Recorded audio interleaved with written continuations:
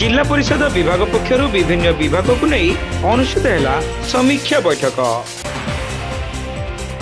जिला परिषद सम्मेलन कक्ष में जिला परिषद पक्षर कृषि विभाग, उद्यान कृषि विभाग, मृत्तिका संरक्षण, समवाय, मत्स्य, पशु संपद एवं कृषि यांत्रिक विभाग को नहीं एक गुरुत्वपूर्ण समीक्षा बैठक जिला परिषद अध्यक्ष नारायण प्रधान अध्यक्षतार अनुष्ठित हो जाइए। ଏହି ବୈଠକରେ ଜିଲ୍ଲା ପରିଷଦ ଉପାଧ୍ୟକ୍ଷ ଅନୁସୟା ନାୟକ, ଜିଲ୍ଲା କୃଷି ଅଧିକାରୀ ତୁଷାରକାନ୍ତି ତୁଙ୍ଗ, ଉଦ୍ୟାନ କୃଷି ଅଧିକାରୀ ପ୍ରଦୀପ କୁମାର ବଳ, ମୃତ୍ତିକା ସଂରକ୍ଷଣ ଅଧିକାରୀ ଜ୍ଞାନରଞ୍ଜନ ଆଚାର୍ଯ୍ୟ, ସରୋଜିନୀ ନାୟକ, ଜିଲ୍ଲା ମତ୍ସ୍ୟ ଅଧିକାରୀ ରେଶମ ପଟ୍ଟନାୟକ, ପଶୁ ସମ୍ପଦ ଅଧିକାରୀ ରବି ପଟ୍ଟନାୟକ ପ୍ରମୁଖ ଉପସ୍ଥିତ ଥିଲେ। ବାଲେଶ୍ୱର ହେଉଛି ଏକ କୃଷି ପ୍ରଧାନ ଜିଲ୍ଲା। ଧାନ, ପାନ ଏବଂ ମୀନ ଚାଷ ଉପରେ ଗୁରୁତ୍ୱ ବହନ କରେ। ଏଥିରେ ସଂଶ୍ଳିଷ୍ଟ ଥିବା ଚାଷୀମାନେ କିପରି ଭାବେ ଅଧିକ ଲାଭାନ୍ୱିତ ହେବେ ସେ ନେଇ ଏହି ସମସ୍ତ ବିଭାଗକୁ ନେଇ ସମୀକ୍ଷା ବୈଠକ କରାଯାଇଥିଲା। ଏଥିରେ ସଂଶ୍ଳିଷ୍ଟ ଥିବା ଚାଷୀମାନେ କିପରି ଭାବେ ଲାଭାନ୍ୱିତ ହେବେ ସେ ନେଇ ଏହି ସମସ୍ତ ବିଭାଗକୁ ନେଇ ସମୀକ୍ଷା ବୈଠକ କରାଯାଇଥିଲା। ଏହି ବୈଠକରେ ବିଶେଷ କରି ଧାନ ଚାଷ ଉପରେ ଆଲୋଚନା କରାଯାଇଥିବା ବେଳେ ମୃତ୍ତିକା ସଂରକ୍ଷଣ ଦିଗ ଉପରେ ମଧ୍ୟ ଆଲୋଚନା କରାଯାଇଥିଲା। ଜିଲ୍ଲାରେ ହୋଇଥିବା ମୃତ୍ତିକା ସଂରକ୍ଷଣ ସାଙ୍ଗକୁ ଚାଷୀମାନଙ୍କୁ ପ୍ରଦାନ କରାଯିବାକୁ ଥିବା କାର୍ଡ ଉପରେ ସମୀକ୍ଷା କରାଯିବା ସହ ଉଦ୍ୟାନ କୃଷି ବିଭାଗରେ ଚାଷୀମାନଙ୍କ ପାଇଁ ଥିବା ବିଭିନ୍ନ ଯୋଜନା ମଧ୍ୟରେ କରାଯାଉଥିବା ଚାଷ ଉପରେ ମଧ୍ୟ ଆଲୋଚନା କରାଯାଇଥିଲା। ଏହାଛଡ଼ା ଚାଷୀମାନଙ୍କୁ କିପରି ସମୃଦ୍ଧ କରାଯାଇପାରିବ ସେ ଦିଗରେ ବିସ୍ତୃତ ଆଲୋଚନା ହେବା ସହ ଚାଷୀମାନେ କିପରି ସବସିଡି ପାଇପାରିବେ ସେ ନେଇ ମଧ୍ୟ ଆଲୋଚନା କରାଯାଇଥିଲା। ସେହିପରି ସମବାୟ, ପଶୁ ସମ୍ପଦ, ମତ୍ସ୍ୟ ଆଦି ବିଭିନ୍ନ ବିଭାଗର ମଧ୍ୟ ଆଲୋଚନା କରାଯାଇଥିଲା। ଏନେଇ ଜିଲ୍ଲା ପରିଷଦ ଅଧ୍ୟକ୍ଷ ଶ୍ରୀ ପ୍ରଧାନ କହିଥିଲେ ଯେ ବିଶେଷ କରି କୃଷି ସମ୍ବନ୍ଧୀୟ ବିଭିନ୍ନ ବିଭାଗକୁ ନେଇ ସମୀକ୍ଷା କରାଯାଇଛି। ଚାଷୀମାନେ କିଭଳି ଭାବେ ସରକାରଙ୍କ ଦ୍ୱାରା ପ୍ରଦତ୍ତ ହେଉଥିବା ସବସିଡି ନେଇପାରିବେ ତା ଉପରେ ଆଲୋଚନା ହୋଇଛି। ଯେହେତୁ ବାଲେଶ୍ୱର ଏକ ପାନମେନ ଧାନର ଜିଲ୍ଲା, ଯେହେତୁ କୃଷି ପ୍ରଧାନ ଜିଲ୍ଲା, ସେ ଦୃଷ୍ଟିରୁ ଆମେ କୃଷି ଆଜି ଏଗ୍ରିକଲଚର ଏବଂ ଫିସରୀ, ହର୍ଟିକଲଚର ଏବଂ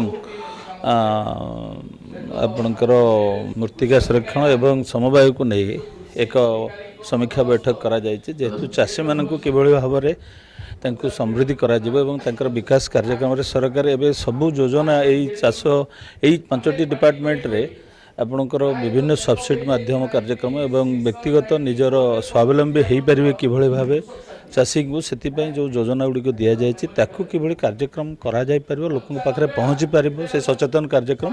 ତେଣୁ ଆଜିର ସମୀକ୍ଷା ବୈଠକ ଆମେ ଜିଲ୍ଲା ପରିଷଦ ତରଫରୁ ଜିଲ୍ଲା ପରିଷଦ ସଭାଗୃହରେ ଆୟୋଜନ କରାଯାଇଛି। ତେଣୁ ସବୁ ଏଥିରେ ଉପସ୍ଥିତ ଅଛନ୍ତି ଆମର ଜିଲ୍ଲା ପରିଷଦ ସଦସ୍ୟ ତା ସଙ୍ଗେ ସଙ୍ଗେ ପଞ୍ଚାୟତ ସମିତିର ଅଧ୍ୟକ୍ଷ ମଧ୍ୟ ଉପସ୍ଥିତ ଅଛନ୍ତି। ଆଜି ଆମେ ଦେଉଛୁ ଏଗ୍ରିକଲଚର ବାବଦ ଯେହେତୁ କୃଷିର କାର୍ଯ୍ୟକ୍ରମ କୃଷି ଏବଂ ମତ୍ସ୍ୟ ବିଭାଗ, ପଶୁ ସମ୍ପଦ ବିଭାଗ ଏବଂ ହର୍ଟିକଲଚର ଉଦ୍ୟାନ ବିଭାଗର କାର୍ଯ୍ୟକ୍ରମ ତା ସଙ୍ଗେ ସଙ୍ଗେ ସମବାୟ ବିଭାଗକୁ ମଧ୍ୟ ରଖାଯାଇଛି। ତାକୁ କିଭଳି ଭାବେ ଚାଷୀ ତା ଧାନଟା ବିକ୍ରି କରିବ, ତାକୁ ଅମଳ କିଭଳି ହେବ, କେମିତି ରବିର ଚାଷ ହେବ, ତା ସଙ୍ଗେ ସଙ୍ଗେ ଫିସାରୀ କେମିତି ଡେଭଲପ୍ ହେବ। ତେଣୁ କୃଷିର ଟୋଟାଲି ଆନୁଷଙ୍ଗିକ ଡିପାର୍ଟମେଣ୍ଟ 5ଟା, ମୃତ୍ତିକା ସଂରକ୍ଷଣ, ତେଣୁ ତାକୁ କିଭଳି ଭାବେ ଆଗକୁ ନେଇପାରିବେ ସେଥିପାଇଁ ଏହି ସମୀକ୍ଷା ଆମେ କରୁଛୁ। କେତେ ନିଆଯାଇଛି, କ'ଣ ଆମ ଜିଲ୍ଲାର କ'ଣ କ'ଣ କାର୍ଯ୍ୟକ୍ରମ ନିଆଯାଇଛି, ଆପଣଙ୍କର କୃଷି ତରଫରୁ ଯେଉଁ ସିଏମ୍ କିଷାନ ଏବଂ ପିଏମ୍ କିଷାନ ଲୋକ ପାଉଛନ୍ତି ସୁବିଧା, ତା ସଙ୍ଗେ ସଙ୍ଗେ ଯେଉଁ ମୁଖ୍ୟମନ୍ତ୍ରୀ କୃଷି ଉଦ୍ୟୋଗରେ ମଧ୍ୟ କେତେ ଲୋକ ବେନିଫିଟ୍ ପାଇଛନ୍ତି, ତା ସଙ୍ଗେ ସଙ୍ଗେ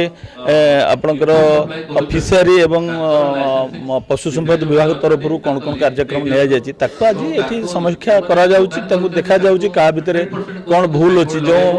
ଏବେ ଯେଉଁ ଆଲୋଚନା କରୁଛନ୍ତି ମାନ୍ୟବର ସଦସ୍ୟମାନେ ସମସ୍ତେ ଯେ ଆମ ଜିଲ୍ଲାର କେତେ ଫର୍ଟିଲାଇଜର ବା ସାର ଏବଂ କେମିକାଲ କାର୍ଯ୍ୟକ୍ରମ କେତେ ଦୋକାନ ଖୋଲା ହେଇଛି, ତା ଠିକ୍ ଭାବେ ଚାଲୁଛି କି ନାହିଁ, ତାକୁ ଯେଉଁ ଡୁପ୍ଲିକେଟ୍ ସାର ଆସୁଛି ତାକୁ ରଖାଯାଇପାରିବ କିଭଳିଆ, ଏ ବିଷୟରେ କାର୍ଯ୍ୟକ୍ରମ ଚାଲିଛି, ସମୀକ୍ଷା ହେଉଛି। ଆଉ ଏଇଟା ଆମେ ଗୋଟେ ଏଗ୍ରିକଲଚର ଡିପାର୍ଟମେଣ୍ଟକୁ ନେଇକି ପ୍ରତ୍ୟେକ ଡିପାର୍ଟମେଣ୍ଟ ଏଇଆ ଗୋଟେ କମିଟି ଅଛି, ତେଣୁ ଏକୁ ଆମେ ସମୀକ୍ଷା କରୁଛୁ। ଏଇ କାର୍ଯ୍ୟକ୍ରମ ନେଇପାରିବ ଯେହେତୁ ଜିଲ୍ଲା ପରିଷଦ ହେଉଛି ଇଏ ହେଲା ସବୁବେଳେ ତର୍ଜମା କରିବା କାର୍ଯ୍ୟକ୍ରମ, ଏହାକୁ ତଦାରଖ କରିବା କାର୍ଯ୍ୟକ୍ରମ ଜିଲ୍ଲା ପରିଷଦର। ତେଣୁ ଏଠି ସେ ତର୍ଜମା କାର୍ଯ୍ୟକ୍ରମରେ ଆମେ ଜିଲ୍ଲା ସାରାରେ 12ଟା ବ୍ଲକ ଏବଂ ମ୍ୟୁନିସିପାଲିଟିର ସମସ୍ତ ଏଗ୍ରିକଲଚରର ଯେତେ ଡିପାର୍ଟମେଣ୍ଟ 5ଟା 6ଟା ଡିପାର୍ଟମେଣ୍ଟର ସମସ୍ତଙ୍କୁ ଡକାଯାଇଛି, ତାଙ୍କୁ ସମୀକ୍ଷା କରାଯାଉଛି।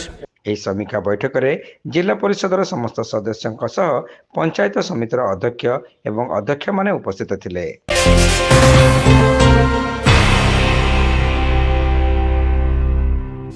ବାଲେଶ୍ୱରର Saint John college of nursing and ପାରାମେଡିକାଲ୍ସରେ ଚଳିତ ଶିକ୍ଷାବର୍ଷ ପାଇଁ ଆରମ୍ଭ ହେଲା admission. Odisha university of health science और डीएमईटी स्वीकृति प्राप्त तथा निजस्व कैंपस हॉस्टल सहित 100 बेडेड हॉस्पिटल और रिहैबिलिटेशन सेंटर थिबा उत्तर ओडिशार एकमात्र नर्सिंग कॉलेज। एठारे बैचलर ऑफ फिजियोथेरापी बा बीपीटी कोर्स रे नाम लेखाइबा पई आज ही आसंतु। मने रखंतु बीपीटी कोर्स सरीबा परे छात्र छात्री माने निज नाम आगरे डाक्टर लिखिबार सुयोग पाइबे।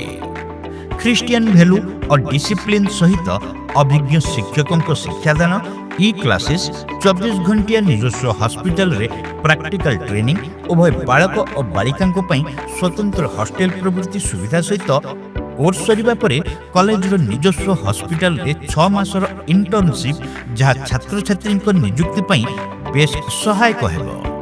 ताहले अपेक्षा काहेकि +2 साइंस पास करितबा छात्र छात्री एडमिशन पई जोगाजोग करंतु। Saint John college of nursing and paramedicals mission compound Baleshwar. Code 06782 262041 265602।